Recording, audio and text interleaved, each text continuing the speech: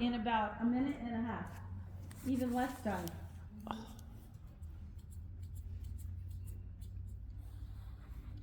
When you decided to be the alpha mare and say, actually, you know what, I think I will tell her what I want. She started listening right away, right? But if you get on and she says, oh, I think I'll be a little quick, and you go quick with her, you're telling her you agree. So you got to look at it from a horse's point of view, not a human's point of view. If we go along for the ride, so to speak, and go fast when they're going fast, or go slow when they're going slow, we're telling them that, sure, this is great. We have to be the metronome with our seat. This tempo, this activity, this size of trot, canter, or whatever. Does that make sense? Yep. And we have to be aware, because most of us will get caught along in their game. Yes. I do that a lot.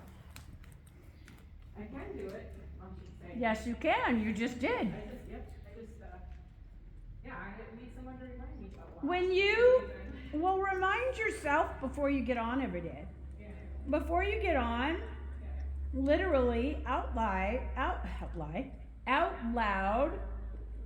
say, before you put your foot in the stirrup, I am the alpha mare. Say it 5 times or whatever, you know what I mean? As a statement, right before you get on. Yeah, just like that. And not just a state, good. Because that will set you in the right mindset from the beginning, instead of having to find that mindset. Instead of having to go hunting for it, make it a plan from the get-go.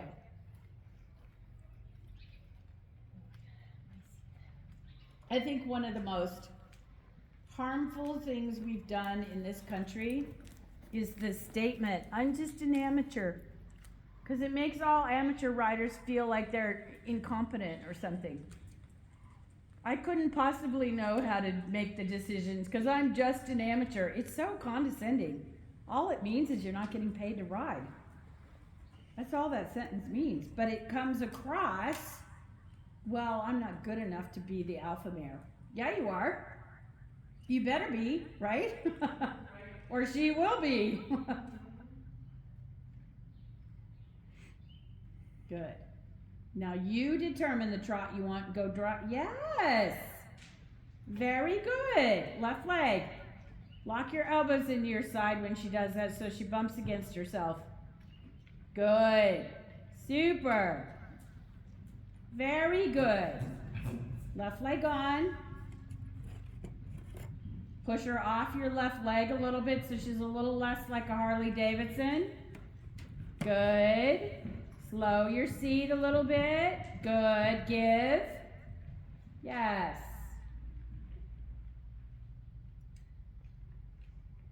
So as you're cantering, same thing. Try to slow your seat down and tell her, I don't really want to go this fast. I want a slower, more balanced canter.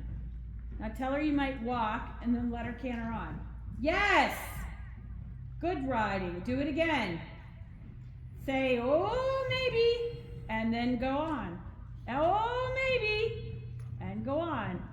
Oh, maybe. Make it obvious to her. Rock her back and then let go. Yes. Rock her back and walk. Because she did not, there was no response, was there? On that one, she blew you off. Did you feel it? Yeah. So if you hear no, oh, okay, then make a transition. Does that make sense? If she listens to the almost transition, you can go on. But if there's no, but if you knock on the door and nobody answers, open the door. Right? So if there's no response whatsoever, I'd rather she give you the wrong response than zero response. Does that make sense? Now tell her you might walk and then go on. Super. Tell her you might walk and then tell her she's a good girl when you go on. That's all right. I don't care. That mistake is an honest mistake. That's not I'm not listening to you. Good.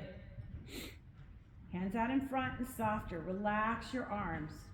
Yes. Very good. Super. That's all right. It's harder. Walk for a second. The better canter that's not running is physically harder for her to do. So if she breaks from that canter, I don't really care because it's a better canter. And she may not be strong enough yet to keep it. Does that make sense? So if she breaks out of the good canter, that is not really a mistake. That's I can't do this anymore. Versus her dashing around looking like a Harley Davidson going like, right? Yeah. That canter is not helpful to either one of you. But when you've got her in a good balance and she just can't keep it, I don't care. That's fine. You see the difference? Yeah. Okay? Yeah. So when she breaks out of a good canter, it's just because she wasn't strongly balanced enough to keep it in that moment.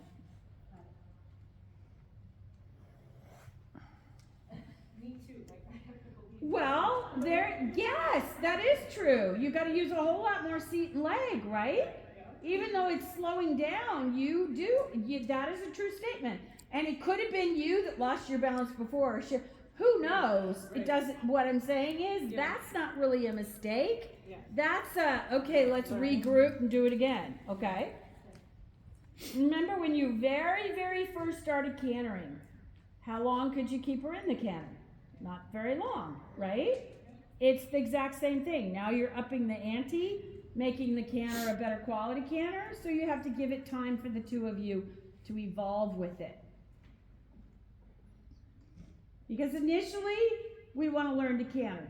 But then we have to continue to make it a better canter. And each time we up the ante, we have to have a little bit of forgiveness that it's not perfect. And that, one of us lost our balance. One of us got tired. Whatever, right? Yes. Alpha mare. Be it. Yes. Look up. Look up. Look where you're going. You were staring at her. Good job. Good. No, don't chase her. There, you just put leg on. The seat didn't change to a canter. Make your circle bigger this direction. Go straight ahead at R. Now turn. Go straight ahead at E. Now turn. Go straight ahead at R. Slow it, and then let her canter on. That's all right. That's all right. Regroup. And canter when you're ready.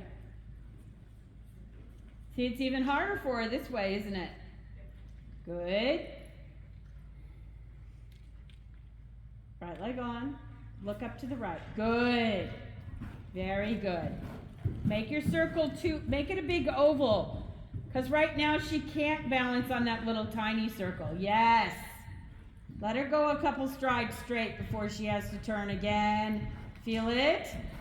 Very good. Help her.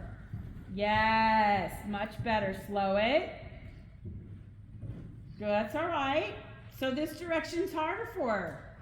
You just keep working on the balance of that half halt of how much can I slow it and not lose the canter. Whoa, whoa, whoa, whoa, whoa. Easy. Use your seat to get her into the canter, not desperation aids. Look up and go. Good girl. Come straight down the long side. Yes, this is better. Yes, this is better. Go straight. Slow it a breath, but keep your leg on at the same time. Good girl. Good girl. Yeah, that was better, huh? Way better. Yeah. Easy, not too fast. Good girl. Very good. I think that's probably enough for her, huh? You feel that? The difference? So when you do this almost walk is basically a half halt. Okay, I don't like the word half halt because I think it's very obscure. But when you think about, well, I might ask you to walk and now you can canter on, you just experiment with that of how much leg, how much of everything I need to coordinate to get the almost transition and now go on. And if she breaks, she actually listened to your aids to come back. There just wasn't a quick enough or strong enough driving aid for her to be able to stay in the camp. Does that make sense? Okay, so that's not really a mistake. Yeah. And I felt like this ride, I was better about not using my hands for it. Better. Yes, okay. All right, so it's as you're teaching her this almost walk idea, if she actually breaks, she's doing a transition that you were asking for, you just weren't quick enough to get out of it for that moment in your guys' time. Whether it was you not being quick enough, her not being strong enough, it doesn't matter. It just matters she listened, right? And if she does not listen, do a transition. I don't care if it's to the walk or the trot, but do a transition to say, hi, I'm still running the operation, right? Okay, does that make sense? Really good work. Thank you. Super. And you felt the most, and especially to the right, make it a big oval. Because when you try to make a circle right now, she just falls in more, and then she can't balance. Right, exactly. Okay, it's too out of control then. Because the more you made the bigger kind of oval, the better the canter got. Yeah, agreed. Okay, really good work. She looks good. Yeah. And then really, when she gets a little bleh in the bridle, really think of it being your inside leg that just plugs the plug back in the wall. Not, have you ever tried to plug a plug in with the cord? Have you ever tried it? Yeah, you're asking me that like I'm crazy, right? Guess what the inside brain is? It's the cord. It's not gonna work, okay? You're right, plugging a plug in with a cord wouldn't work. But we all try to get them reconnected, pulling on the inside rein. And it doesn't work either, because it's just like the cord plugging the plug in. It can't do it. It's that end of the horse that's the issue. Okay? Yeah, your reaction was correct. It's like, what? Okay.